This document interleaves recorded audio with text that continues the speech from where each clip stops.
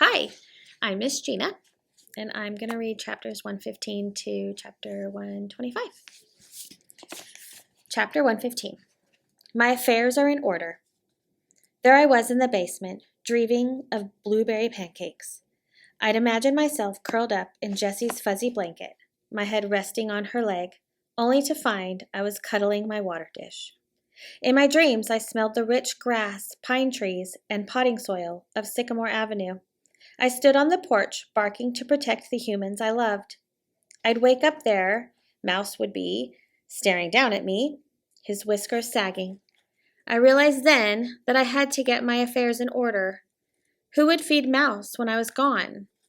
Metalhead said he would find a flesh and blood to help, but I didn't know if he had.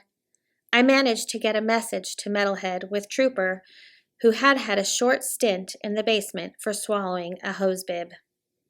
My message said Metalhead would need to make sure there was always a flesh and blood who would share her kibbles with Mouse. Then a little blessing came my way. Mr. Molinari came down to the basement with management. Would it be possible, Mr. Molinari asked, for the metal dog to be put in the same pen where he was before? Quinn likes consistency. He's used to running down here. I want to make sure his first day back goes off with a hitch. Of course, management said. I'm glad to hear Quinn's coming back. You know, the weirdest thing happened. Remember how we couldn't find the book Quinn liked? Green eggs and ham? Mr. Molinari said. Right. You'll never guess who found it. The metal dog? Mr. Molinari said. How did you know? Management asked. Just a hunch. Mr. Molinari stroked his sideburns. Where'd he come from anyway? He was a donation. They all are. He isn't a standard brand, Mr. Molinari said. No, he looks like a do-it-yourself job. Somebody's pet project, I bet. Mr. Molinari nodded. I'll tell you what. There's something more to that dog than just wires and circuits. Management leaned down to pet Bear. I know what you mean. He really seemed to understand Quinn. This is why I love teaching. You never can tell what will reach a kid. There's an element of wonder to it all, you know, Mr. Molinari said as they walked away. Chapter 116. Littermates for Life. Metalhead was as happy to see me as I was to see him. Friendship is mysterious. I have dog friends who look like me, but the friendship doesn't last. There's no glue holding us together. Then along comes a tiny rodent and a metal dog, as different from me as it's possible to be, and we're littermates for life.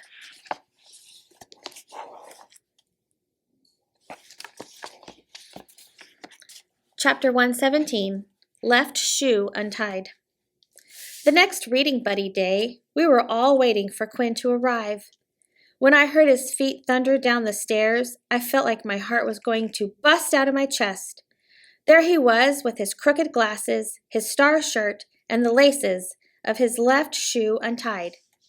He slid up in front of Metalhead's pen and did a breakdance of pure joy. Then he got Green Eggs and Ham and danced again. Quinn plopped down next to Metalhead. First, they read the old way, Metalhead saying the words and Quinn turning the pages. Then they read it the new way, Metalhead turning the pages and Quinn saying the words. It was so quiet in the basement you could hear a kibble drop. Even the flesh and bloods had grown to admire Metalhead. He was the dog who devised the plan to save Geraldine. He was the dog who memorized Green Eggs and Ham. And he was the dog who Quinn had chosen. Right then, a lot of animosity we had for metal dogs began to melt away.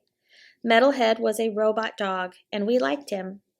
He was different from the other robot dogs, but still, respect is a powerful thing, you know? Chapter 118. A Dog's Superpower. One snowy day, a few weeks later, Animal Control brought in 17 dogs. They were all skinny, scruffy, and full of fleas. Apparently, they lived in a trailer park with a human who had become too old and frail to live on his own. He moved in with his daughter, who let him bring just one dog. The other 17 went to us. Dogtown had been full even before the dogs arrived. With 17 new dogs, there was simply no room. Management and front desk were walking through the basement trying to figure out where to put the new dogs. What about Chance? We could use her pen tonight. She ran away when we let her out, management said. Yeah, but I heard she only got as far as the parking lot, front desk said. That wasn't true. Humans are always telling stories about dogs. Toto, the big red dog, the lady and the tramp. You think those stories really happened? Anyway, front desk continued, it's snowing pretty hard. She won't leave in the middle of a blizzard. What should we do? Management nodded. She's on the top of the list. I suppose it doesn't make much difference. Front desk sighed. The longer I'm here, the more attached I get to these dogs. Management came in my pen, squatted down, and ran her hand over my fur. Dogs have that effect on all of us. You have a bad day, shoot your mouth off, spend the rent money on lottery tickets. They don't care. They love you no matter what. That's their superpower.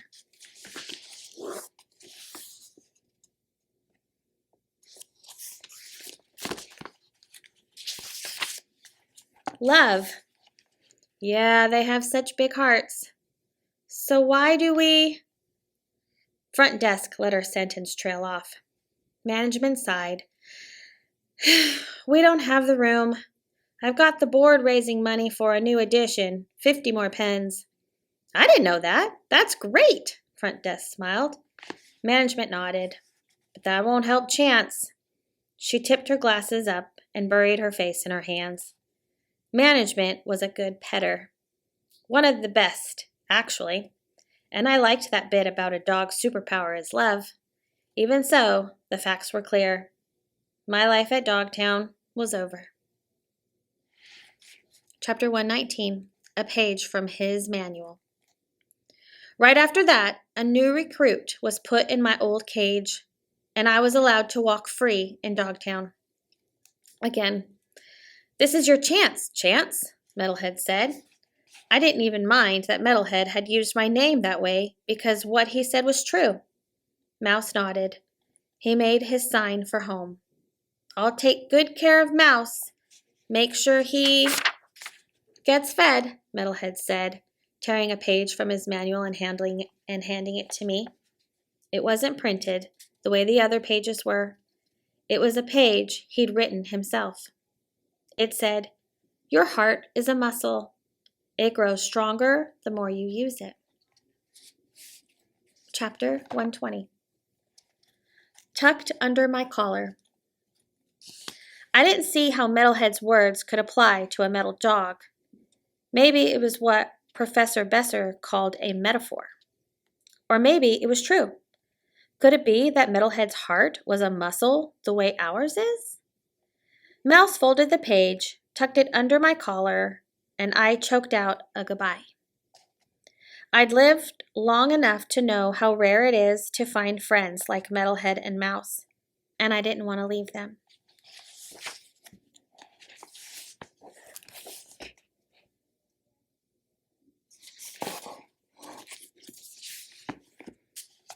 Chapter 121, Lopsided Moon.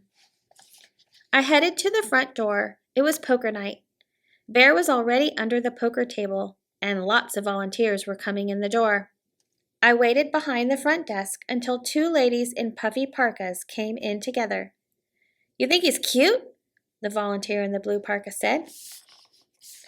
Blue parka rolled her eyes. I do not. Oh, come on. You are so busted. I've seen you stare at him. You're like... White parka stopped, cocked her head, and batted her eyelashes. They were so busy teasing each other that they didn't notice me slip out the door. Outside, there was a big yellow lopsided moon. An owl hooted in the trees, and icy snowdrifts by the side of the road. This time, I knew where I was going. After all the walks I'd taken with Jessie and Professor Besser, I knew the south side of town very well.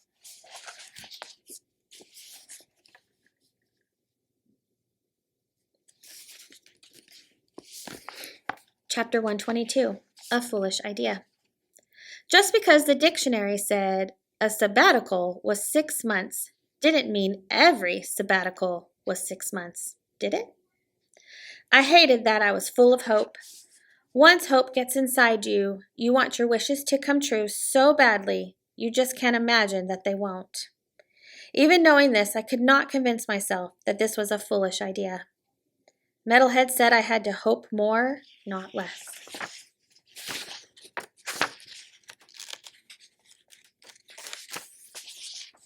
That I had to find out what happened, that my heart would grow stronger because I tried, not from the results of what I did. It was my effort that made it stronger. The odds of this working out were slim, just as they had been for Metalhead. Even if the sabbatical had been 1 year long, the Bessers would have been home by now. So why hadn't they come looking for me? Chapter 123, Sycamore Avenue. Every time I saw a headlight, I jumped. The dog sitter's boyfriend would not be searching for me, but I was still scared. I stayed away from the headlights, the car doors, and the icy spots. I hopped fast to keep warm and licked the snow when I got thirsty. My heart began to beat faster as I got closer. The streets were so familiar. The meowing cats in the corner house, the rich cinnamon and nutmeg smells of the turban lady's house, the bada-ba shing of the girl practicing her drums. It felt so good to be back on Sycamore Avenue. It was almost like I had 4 legs again. When I got to number 17, the light was on. I scanned the driveway for the dog sitter's small white car and the dog sitter's boyfriend's big blue truck. They weren't there, but neither was the professor's station wagon.